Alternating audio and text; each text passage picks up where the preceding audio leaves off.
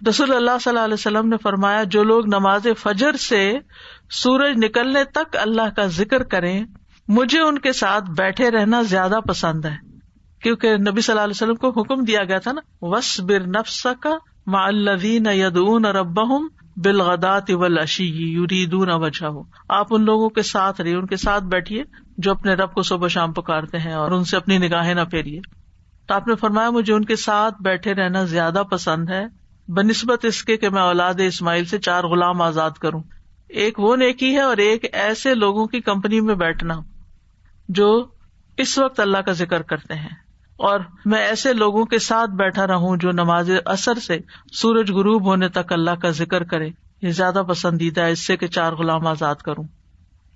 تو نماز عصر کے بعد کا وقت بھی صرف جمعے کا دن نہیں، کیونکہ ہم عام طور پر جمعے کے دن پھر بھی تھوڑا سا بہتر کر لیتے ہیں، لیکن عام دنوں میں ہم اس وقت کو دھیان نہیں کرتے۔ ٹھیک ہے، اگر اس وقت میں آپ کے کچھ مخصوص کام ہے گھر کے یا واک کا وقت ہے یا کوئی بھی، تو اس وقت کی برکت کی وجہ سے کہ یہ ذکر کا خاص وقت ہے۔ اور آپ نے یہ بھی دیکھا ہوگا کہ پرندے بھی صبح کے وقت سورج نکلنے تک چہچہا رہے ہوتے ہیں، اور پھر اس کے بعد جب چڑیا اپنے گھونسلوں کو جاتی ہیں اور جو ہی سورج غروب ہو جاتا ہے تو خاموشی سے سونے لگتی ہیں۔ تو یہ اوقات بھی یعنی ایک نیچرل تسبیح کے اوقات ہیں، اور ابھی آگے بھی وہ ذکر آئے گا، تسبیح آئے گی جو آپ نے حضرت جویریہ رضی اللہ تعالی عنہا کو سکھائی تھی، وہ بھی انہی اوقات میں پڑھنے کی تسبیح ہے۔ اور صبح کے وقت ذکر کرنے سے شیطان کی گرہیں کھل جاتی ہیں انسان سے۔ جب انسان صبح کے وقت اٹھتا ہے اور پھر وضو کرتا ہے، نماز پڑھ لیتا ہے، ذکر کر لیتا ہے، تو حشاش بشاش خوش مزاج ہوتا ہے، ورنہ سستی ہوتی ہے اس کو۔ پھر اسی طرح یہ ہے، رسول اللہ صلی اللہ علیہ وسلم نے فرمایا بنی آدم کے ہر انسان کو 360 جوڑوں پر پیدا کیا گیا ہے، اس کے جسم میں 360 جوڑ لگے ہوئے ہیں۔ پس جو شخص اللہ اکبر، الحمدللہ، لا الہ الا اللہ، سبحان اللہ، استغفر اللہ کہے، لوگوں کے راستے سے پتھر یا کانٹا یا ہڈی ہٹا دے، یا نیکی کا حکم دے یا برائی سے روکے، تو یہ اس کے 360 جوڑوں کے شمار کے برابر ہے، اور وہ اس دن جب شام کرے گا تو اپنے نفس کو جہنم کی آگ سے دور کر لے گا۔ یعنی جو اپنے جوڑوں کا صدقہ روزانہ نکال لیتا ہے، اور یہاں مالی صدقے کے بارے میں بات نہیں ہو رہی، یہاں اذکار کی بات ہو رہی ہے خاص طور پر، یا کچھ کام ہے جس سے دوسروں کی تکلیف ہٹانا مقصود ہے، تو انسان اپنے آپ کو جہنم کی آگ سے آزاد کر لیتا ہے۔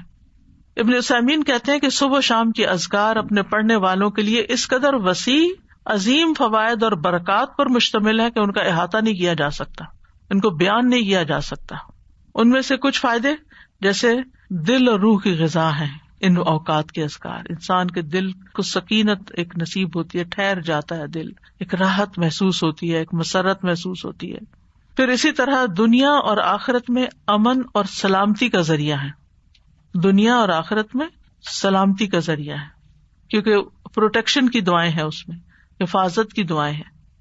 پھر خیر و برکات کے دروازے کھولنے کا سبب ہے۔ پھر چوتھی چیز ہے اجر و ثواب کے حصول کا ذریعہ ہے، یعنی بہت زیادہ اجر و ثواب ہے ان اوقات میں اذکار کا۔ پھر پانچویں چیز ہے شر کے واقع ہونے سے پہلے، یعنی کسی تکلیف کے آنے سے پہلے اور واقع ہونے کے بعد اسے ہٹانے کا ذریعہ ہے۔ ویسے بھی نبی صلی اللہ علیہ وسلم نے فرمایا نا، دعا اس مصیبت میں بھی فائدہ دیتی ہے جو واقع ہو چکی ہے، اور اس میں بھی فائدہ دیتی ہے جو ابھی واقع نہیں ہوئی، جو ابھی مصیبت نہیں آئی۔ اے اللہ کے بندو دعا کو لازم کر لو۔ تو یہ صبح شام کی دعائیں ہی ہیں ایک طرح سے ان میں زیادہ تر۔ پھر ان اذکار میں انسان اللہ کی نعمتوں اور مہربانیوں کا اعتراف کرتا ہے، یعنی صبح شام کے اذکار جو ہے یہ اللہ کی پے در پے نعمتوں کا اعتراف ہے، جیسے سید الاستغفار میں کہتا ہے نا، ابو لک بنعمتک علیہ، کہ اللہ جو تیری نعمتیں مجھ پر ہیں میں ان کا اقرار کرتا ہوں، ایکنالج کرتا ہوں۔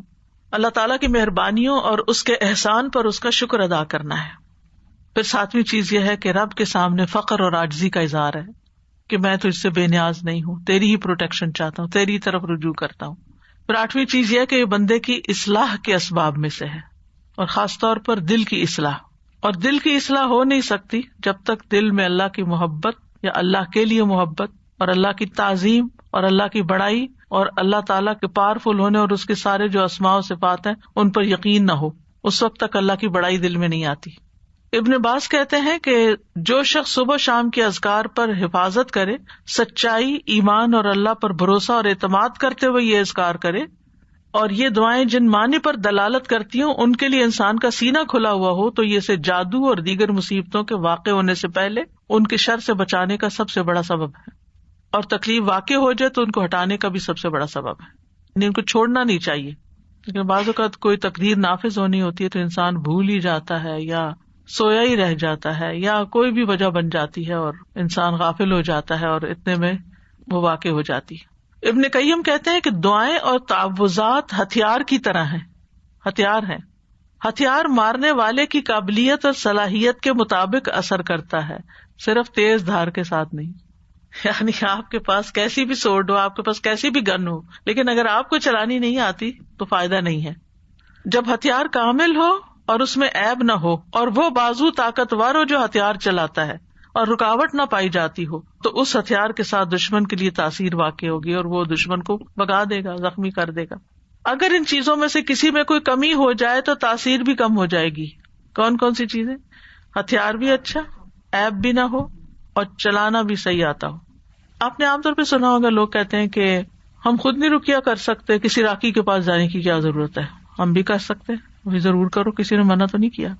لیکن بعض اوقات جو راقی ہوتے ہیں نا، ان کا جو یقین ہوتا ہے، ان کا جو انداز ہوتا ہے، ان کی جو آواز ہوتی ہے، اس کا اثر ہی کچھ اور ہوتا ہے.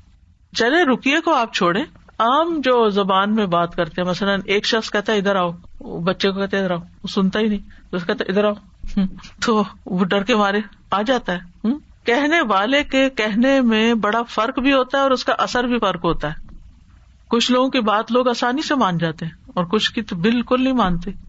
ہم سب جانتے ہیں گھر میں بھی عام طور پہ دیکھا گیا کہ ماں کی بات کا اثر اور ہوتا ہے، باپ کی بات کا کچھ اور ہوتا ہے، کبھی وائس ورسا بھی ہوتا ہے.